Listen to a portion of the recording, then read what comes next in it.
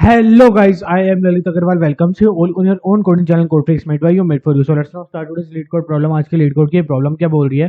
अच्छा, before moving towards the problem ना 1 minute discussion for दोस्त जिनको प्रॉब्लम अच्छे से समझ में आ चुकी है और जो खुद से एक बार ट्राई करना चाह रहे हैं। देखो ये क्वेश्चन लिटरली बहुत ही ज्यादा इजी क्वेश्चन है। बस यहाँ पे आपको मेंटेन क्या करके चलना है कि आपने सबसे पहले तो निकाल लिया मिनिमम कि हाँ इस वाली रो में है 2, इस वाली रो में है 1 और व्हाटसोएवर जो भी आपके आए 2 4 1 2 5। ठीक है, अब यहाँ पे क्या हुआ कि जैसे ही 2 और 2 ये दोनों 2 आ गए, बोला हाँ जी भैया। तो अब इसमें पहले वाला कौन सा लेंगे? पहले वो लेंगे जिसका रो नंबर भी मिनिमम है। रो नंबर मिनिमम क्या होगा कि जैसे जो पहले रो आ जाएगी, ठीक है, जो पहले रो है और जिसमें कम शोल्डर्स है अपन उसको पहले ज्यादा वीक मानेंगे। समझ गए इस बात को? बोला हाँ जी भैया समझ गए। सिंपल सी कैलकुलेशन है, बोला हाँ जी भैया।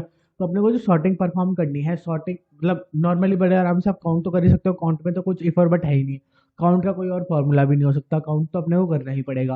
काउंट कर लिया, काउंट करने के बाद में फिर आपको बस क्या है, एक छोटी सी ट्रिक लगानी है कि जिस बेसिस पे आप सॉर्टिंग कर रहे हो, ठीक है, उसको कस्टमाइज कर दो। उसको कस्टमाइज क्या करोगे कि सबसे पहले तो ये चेक करो कि अपने ये जो नंबर है जिनके हिसाब से सॉर्टिंग हो रही है, ठीक है, पहले तो वो नंबर के हिसाब से सॉर्टिंग हो जाएगी। सबसे पहले आपको सी बात है, सबसे छोटा आएगा जो कि आ गया 1। अब 1 का और कोई सिमिलर नंबर नहीं था, मतलब 1 कहीं और रिपीट नहीं हो रहा था, तो ऑफकोर्स सी बात है 1 आ गया। उसके बाद में जो 2 है, 2 रिपीट हो रहा था, ठीक है, 2 दो बार आ रहा है। बोला हाँ जी भैया। तो अब यहाँ पे क्या होगा, जिसका रो नंबर मिनिमम है फिर वो आएगा। समझिए इस बात को? बोला हाँ जी भैया समझिए।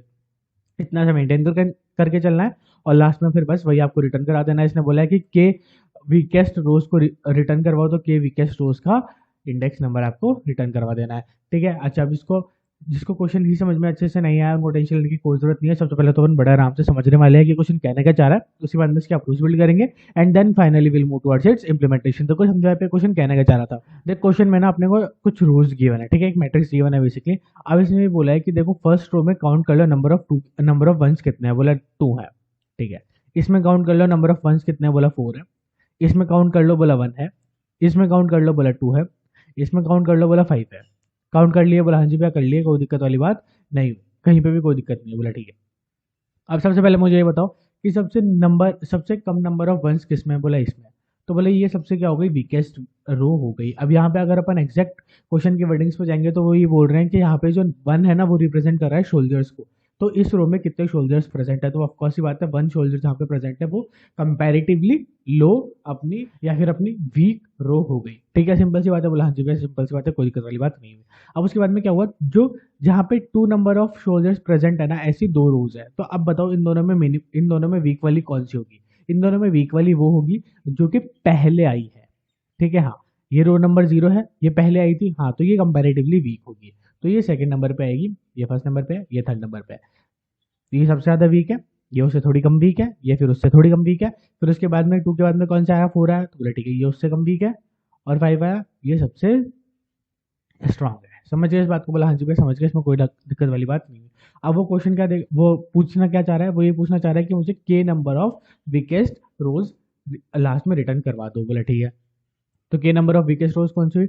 एक तो ये आएगी, सबसे पहले 1 आ गया। बोला हाँ जी भैया। मतलब यहाँ पे 1 तो क्या है, नंबर ऑफ शोल्जर्स है, इसकी पहले मार्किंग करो 0 1 2 3 4। ठीक है, हाँ, इंडेक्सिंग कर दिया अपन ने। बोला हाँ जी भैया सही है। तो जहाँ पे सबसे कम अपने शोल्जर्स थे वो कौन सी रो थी? बोला सेकंड इंडेक्स वाली रो थी। बोला ठीक है, सबसे पहले आ गई। उसके बाद में कौन सा था भैया सेकंड में ये वाला था 0 इंडेक्स वाला। बोला ठीक है, ये आ गया। उसके बाद में भैया थर्ड में कौन सा था? थर्ड में था ये 3 इंडेक्स वाला।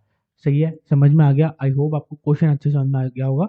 क्वेश्चन में कोई भी डाउट नहीं होना चाहिए। बोला ठीक है। अब अपन इसको सॉल्व कैसे करेंगे? बोला कुछ भी नहीं, जैसे अभी अपन ने क्वेश्चन समझाया ना वैसे अपन इसको सॉल्व करेंगे। कैसे? सबसे पहले तो अपन इसको काउंट कर लेंगे कि हर रो में कितने नंबर ऑफ शोल्जर्स है। काउंट कर लिया, बोला हाँ जी भैया काउंट कर लिया, कोई दिक्कत वाली बात नहीं हुई काउंट करने में, वो तो अपन बड़े आराम से कर लेंगे। बोला ठीक है, काउंट कर लिया। अब उसके बाद में क्या होगा, उसके बाद में बस अपन सॉर्टिंग परफॉर्म करेंगे।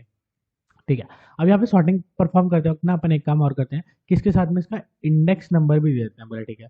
तो अपन ने 2 के साथ में 0 दे दिया, 4 के साथ में 1 इसका इंडेक्स नंबर, 1 के साथ में 2 है इसका इंडेक्स नंबर, 2 के साथ में इसका इंडेक्स नंबर है 3, 5 के साथ में इसका इंडेक्स नंबर है 4। समझ गए इस बात को? बोला हाँ जी भाई समझ गए।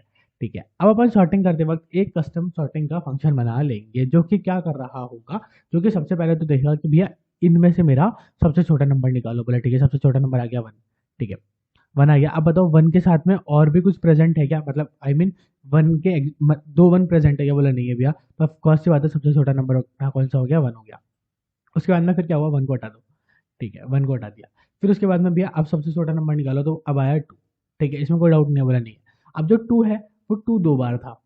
ठीक है, तो अब यहाँ पे इन दोनों में से कौन सा सेलेक्ट होगा, इन दोनों में से सेलेक्ट होगा, फिर इनके जो सेकंड नंबर है उसके बेसिस पे कि सेकंड नंबर भी छोटा होना चाहिए। बोले ठीक है, तो अब 0 और 3 में कौन सा छोटा है, बोला फर्स्ट बात तो 0 वाला छोटा है, तो बोले ठीक है वो आ गया।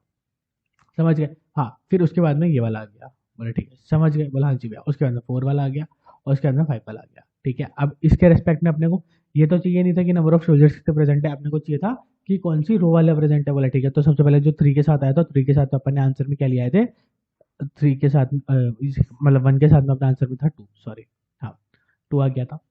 उसके बाद में फिर अपन 0 वाला आंसर लाए थे, फिर अपन 3 वाला लाए थे, फिर 4 वाला कौन सा था अपना, 4 वाला था 1, फिर अपना 5 वाला कौन सा था, बोला 4। समझ गए इस बात को, बोला हाँ जी भैया समझ गए। तो अपना पैटर्न क्या फॉलो होगा, समझ गए, बोला हाँ जी भैया समझ गए। 20314 अपना आएगा, जिसमें से अपने को सिर्फ टॉप 3 रिटर्न करवाने थे, जो कि अपन ने करवा दिए। End of discussion. बोला हो गया question solve, exactly question solve हो गया। एक बार अपन यहाँ पे देख लेते हैं, देखो यहाँ पे आओ। ठीक है, ये अपना फंक्शन था जो कि अपने को बिल्ड करना था। अब यहाँ पे अपन ने प्रायोरिटी क्यू बनाई है। अब यहाँ पे ध्यान से देखना, प्रायोरिटी क्यू कौन सी बनी है अपनी, प्रायोरिटी क्यू में वैल्यूज कौन सी आएंगी, पेयर इंट कॉमा इंट।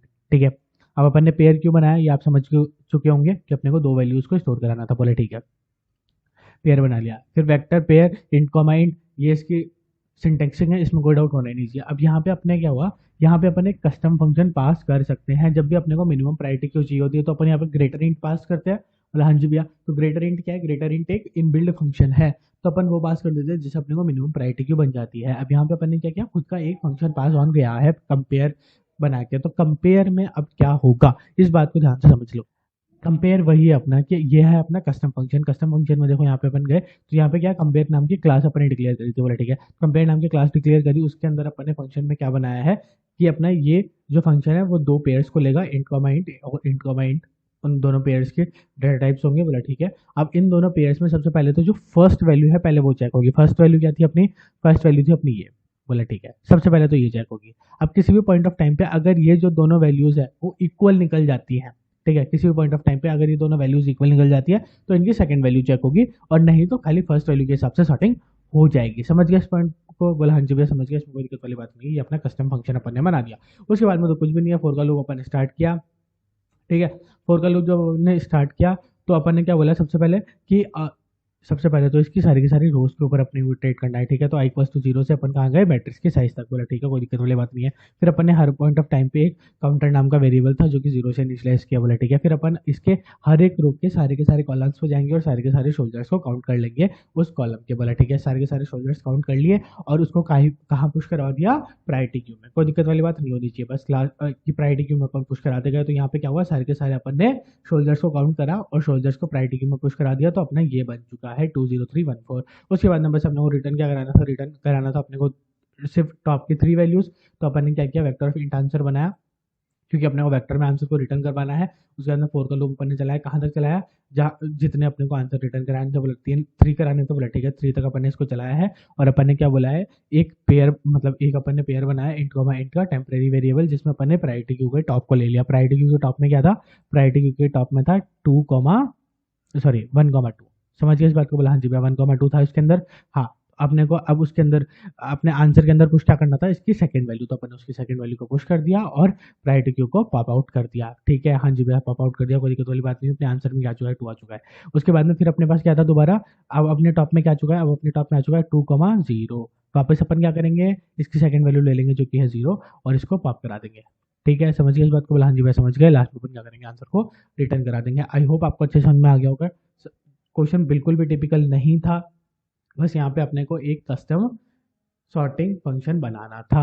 अब इसके अपन अगर टाइम कॉम्प्लेक्सिटी की बात करें, तो देखो यहाँ पे क्या हुआ, यहाँ पे सबसे पहले अपन ने 2 फोर के लूप चलाए। ठीक है, इनबिल्ट फोर के लूप है, तो ऑफकोर्स सी बात है एम क्रॉस एन तो यहीं पे हो गई। बोले ठीक है, अब यहाँ पे ध्यान से समझना, एम क्रॉस एन इसकी वजह से हो रही थी, तो एन प्लस यहाँ पे अपन प्रायोरिटी क्यू में पुश भी करा रहे हैं। तो देखो प्रायोरिटी क्यू में पुश कराने की टाइम कॉम्प्लेक्सिटी क्या होती है, क्या होती है, एन लॉग एन भी बोल सकते हो और लग एन भी बोल सकते हो। तो यहाँ पे थोड़ी सी कंफ्यूजन रहती है, तो इसलिए अपन बेस्ट केस सिनेरियोस के लिए क्या बोलेंगे, एम एन ही बोल देंगे। एम एन क्या होती है, लॉग एन से बड़ी होती है और एन लॉग एन से छोटी होती है। बोले ठीक है, सिंपल सी बात है, बोला जी बात सिंपल सी बात है, इसमें कोई डाउट नहीं होना चाहिए। बोला ठीक है, तो अपनी एम एन क्या हो गई, टाइम कॉम्प्लेक्सिटी हो गई। यहाँ पे कोई टाइम कॉम्प्लेक्सिटी है ही नहीं। और यहाँ पे भी कोई टाइम कॉम्प्लेक्सिटी नहीं है, ठीक है। अब अगर अपन इसकी स्पेस कॉम्प्लेक्सिटी की बात करें तो स्पेस कॉम्प्लेक्सिटी में अपन क्या कर रहे हैं, एक प्रायोरिटी क्यू बना रहे हैं एक्स्ट्रा।